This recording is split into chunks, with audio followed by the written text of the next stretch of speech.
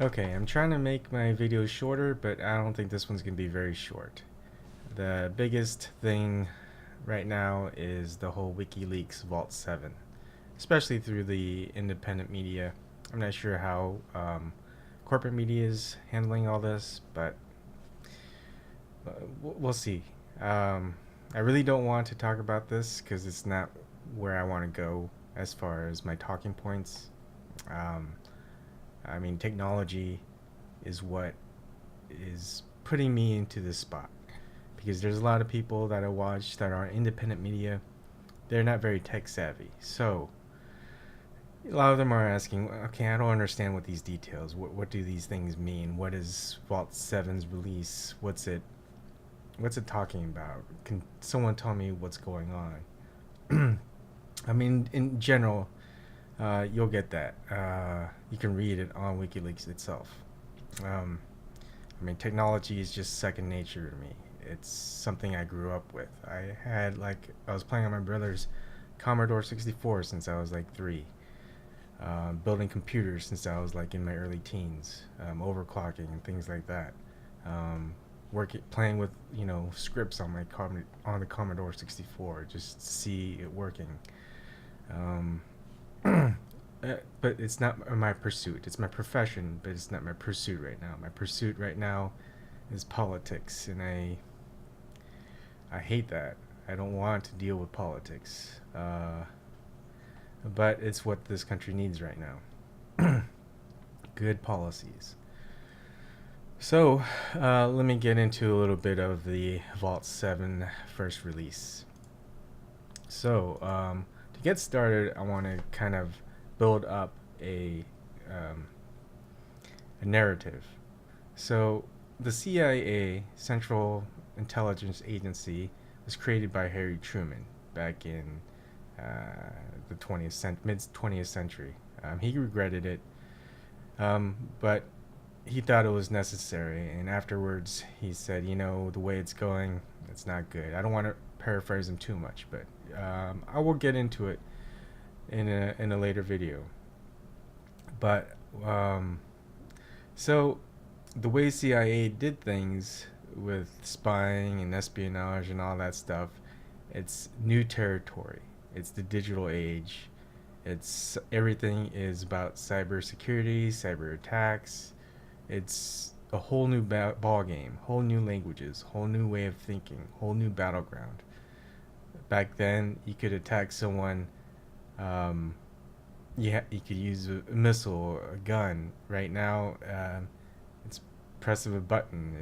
You can do it remotely. You can take control of something that's vulnerable and use it to your advantage. So it's a tough one. There's just so many possibilities. Anyways, the older generation, they didn't really grow up with it, really. I mean, they understood it once they were like in the 20s, going on to 30s. If they didn't know, but by then they're just a little bit too late to the ball game. But when you're a kid and you're growing up with this type of technology, it's really simple. It clicks, right? So, what the NSA and of course CIA is above all the agencies. They all report to them. They were recruiting, and they understood the need for it. They understood that the kids growing up these days in the digital era, they're very familiar with it. They can do things a lot of them couldn't do to this day. So there was a heavy effort by the NSA and all the other agencies to get really tech savvy people, people who were really brilliant at hacking and things like that. And you can see in this article, even by CNN, about how the NSA Director General Keith Alexander was recruiting. He even went to Black Hat, or is it Black Hat? One of those places. You could read in the article. I just skimmed over it. And here's the interesting part. He says, sometimes you guys get a bad rap, Alexander said at one point. From my perspective, what you're doing to figure out the vulnerabilities in our systems is absolutely needed. And someone else yelled, then stop arresting us. All right. So look, that's the mindset of hackers in general. They're against the man. They're against big government. They. And to have a big government agent trying to recruit them, that's just kind of a bad idea. I mean, I understand you've got a lot of control over them, but one of them's eventually going to want to screw the government over, the government agency, right? These are the type of people you're dealing with. Now we've got a whole new generation, the millennials, and I love the millennials. The way that the corporate media depicts millennials is very bad, in a bad light. And the thing is, I've got a lot of respect for some of these millennials.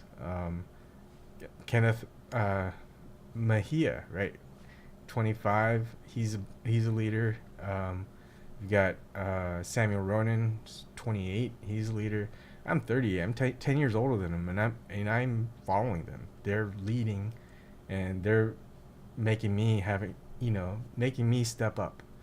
At least that's what I'm doing, and they're a good part of the reason. People who stand by their convictions, like Tim Black, H.A. Goodman, Jimmy Dore, Jordan Sheridan. I don't want to miss names, but a whole bunch of people who aren't gonna just say, okay, corruption exists, we just have to deal with it. No, don't deal with it. I think Mark Twain says something like, I don't want to misquote Mark Twain. Let's put in Mark Twain's quote. Twain.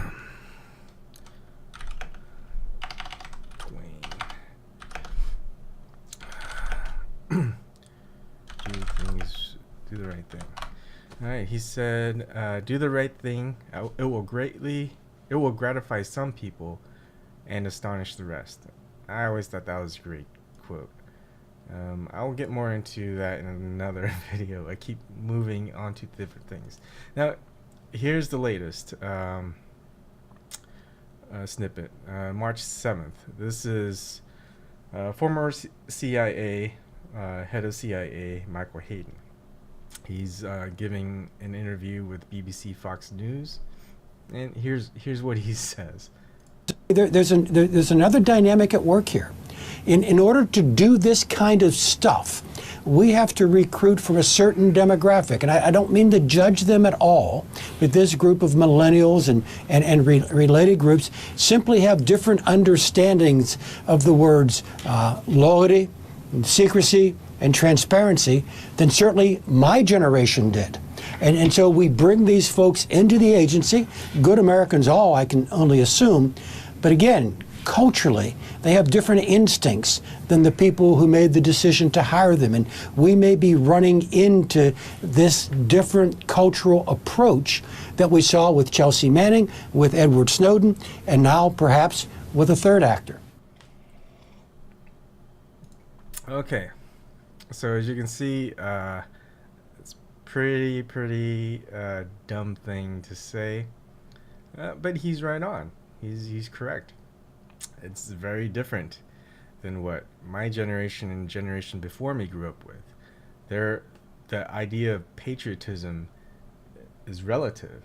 What we think, what say the baby boomer generation thinks of as patriotic is a lot different than what the new generation and Generation X's idea of patriotism is.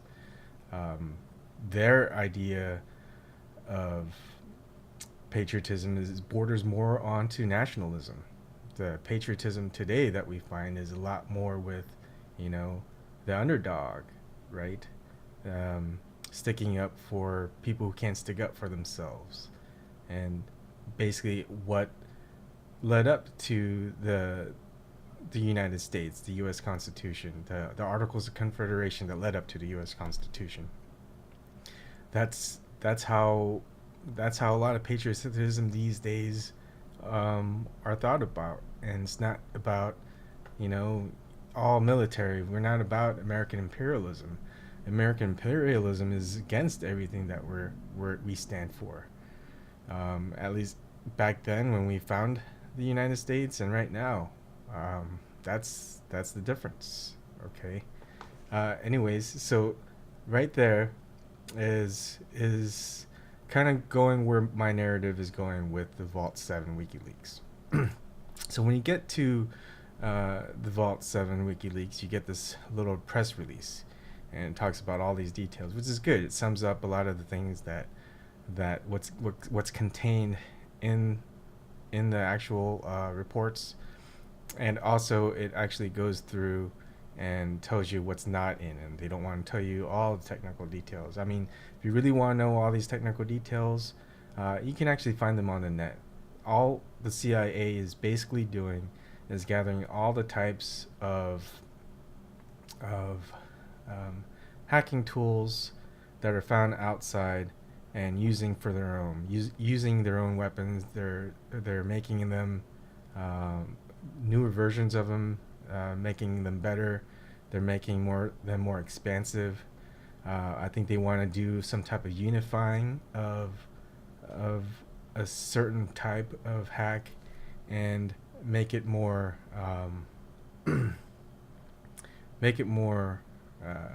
expansive as far as platforms. I mean, there's a lot of differences. I mean, you've got Apple devices, you got Android devices, you got different types of computers, you got Linux operating systems, you got Windows operating systems, and you've got different types of servers, you got specialized operating systems. And then there's also databases and different types of network security. So, I mean, there's a lot of specialization out there in the world. And the thing that a lot of vulnerabilities that you'll find are going to be at the firmware level, hardware, software matching it with the hardware so the software works correctly type of thing. I may not get that correctly. That's just my quick interpretation. So if you get these, you're going to get a lot of these people who are like, spend the entire pursuit. My pursuit isn't technology. I dabble in it. I'm a great dabbler in many things. So when you get on Reddit, you're going to see a lot of people with a lot of technical abilities, a lot of hacking skills that really just go full out onto this type of stuff. And they're going to be explaining it for you. So if you keep an eye out, just look at Reddit. They're going to find out a lot of things for you. You know, they're going to be looking into it. So just keep an eye out. Okay, so I'm going to kind of skip all this because you can read all this yourself. Now, when you get into the document section, which is where I'm at right now, and you've got a whole bunch of different documents, there's probably, I think I did a search, there's some that are empty, so you go in, there's nothing. So there's 64 of them. And then if you go into some of them, they're pretty empty too. A lot of things like the product user, let's see if I can find it. Like meeting notes, they're usually pretty empty, right? Nothing there.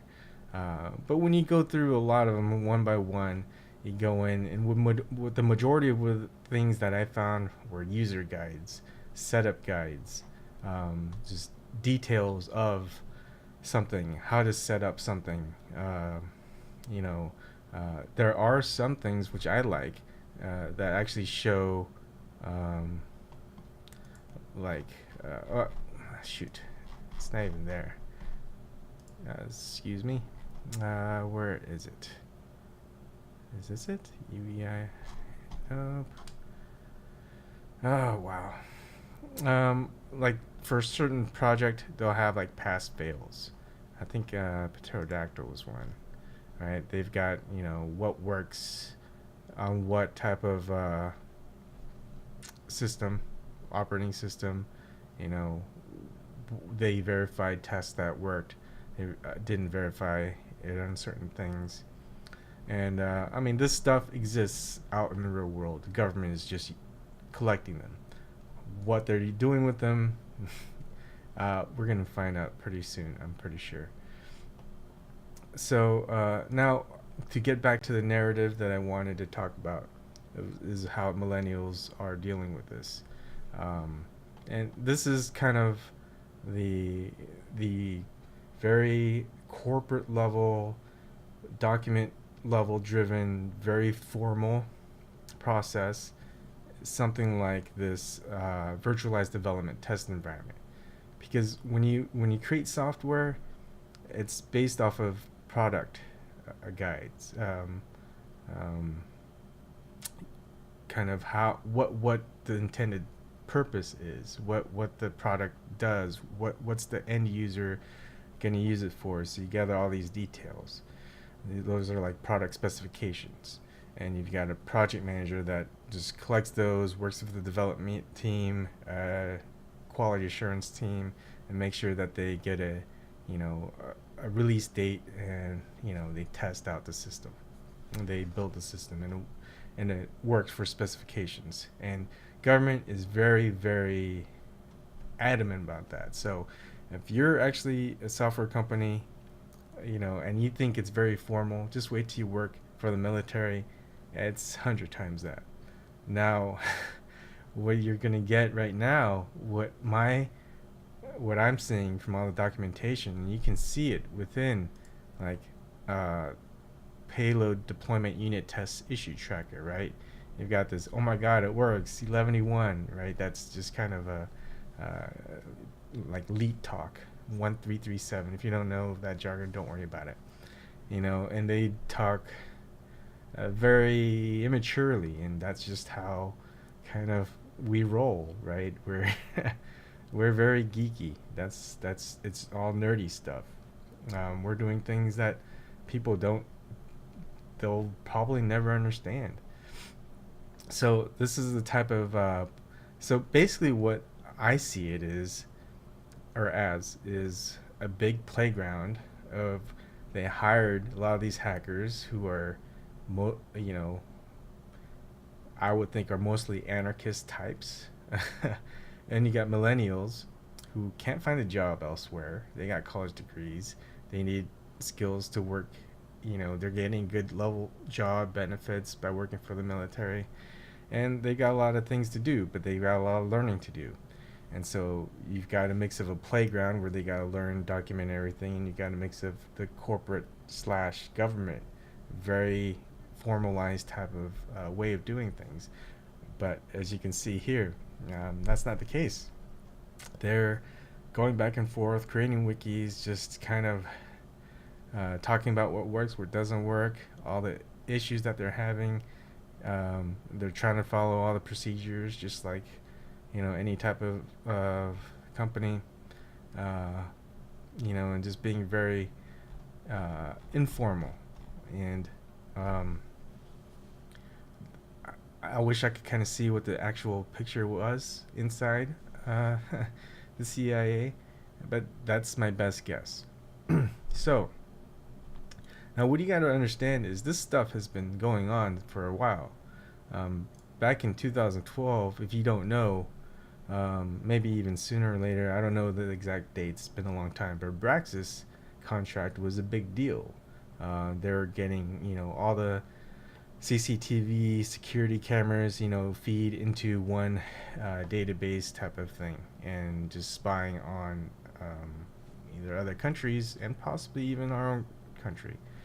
And Braxis changed their name; they're now Trapwire, and you can read up a lot about that.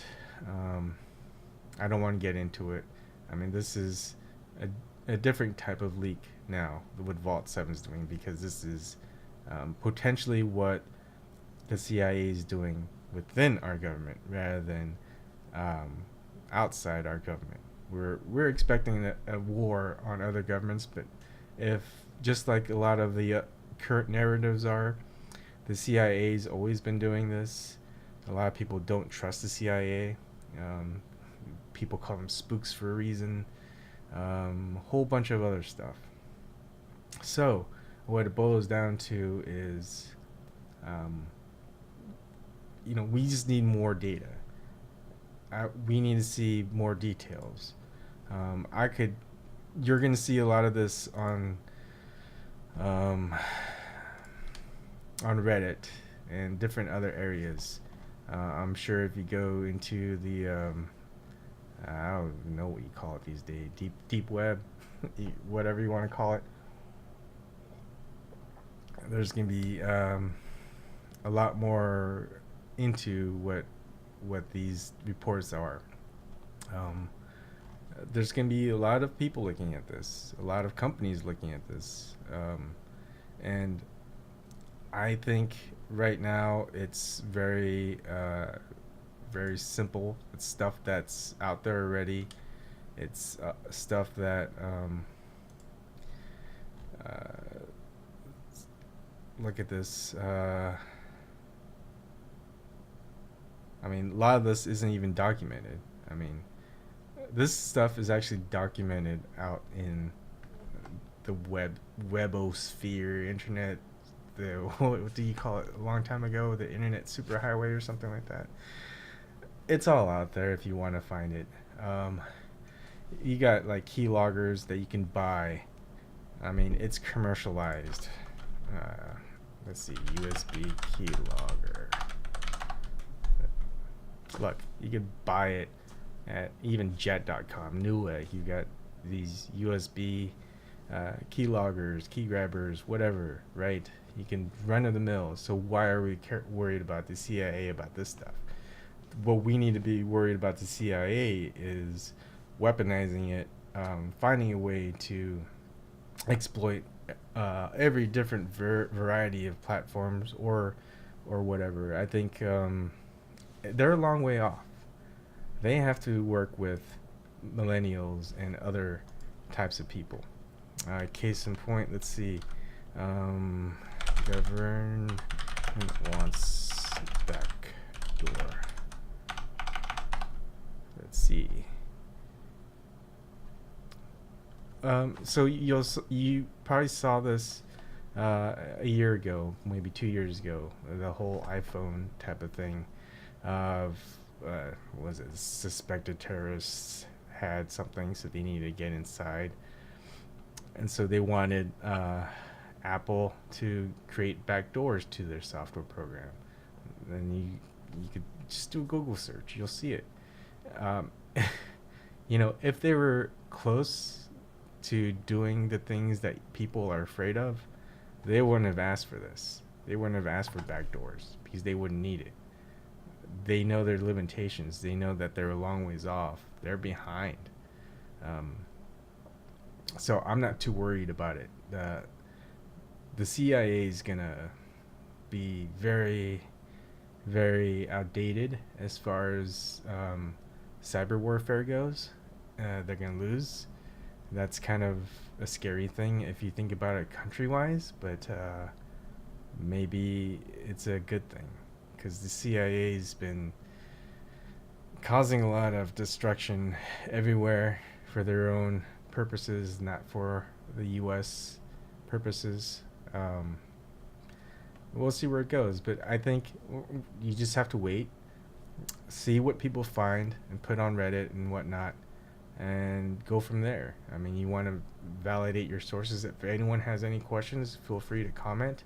Feel free to send a message to me on Twitter looking at a specific report, an example. I'll look into it, and I'll kind of tell you a brief summary of what it contains, what it means, what's related to, etc. If you really care. I don't want to spend all my time on this because, you know, it's not my pursuit. There's other people who are better than I am, who really like this stuff, and you know, will go as deep as you want as far as technical details. My goal, my agenda is different.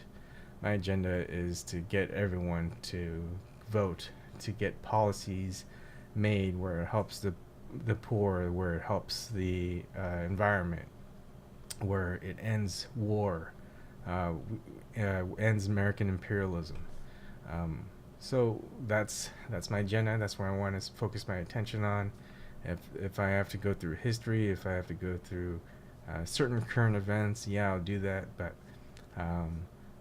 all this stuff, just not my thing, not anymore. So I will help, but it's not what I'm going to do a lot of videos on. All right, that's it.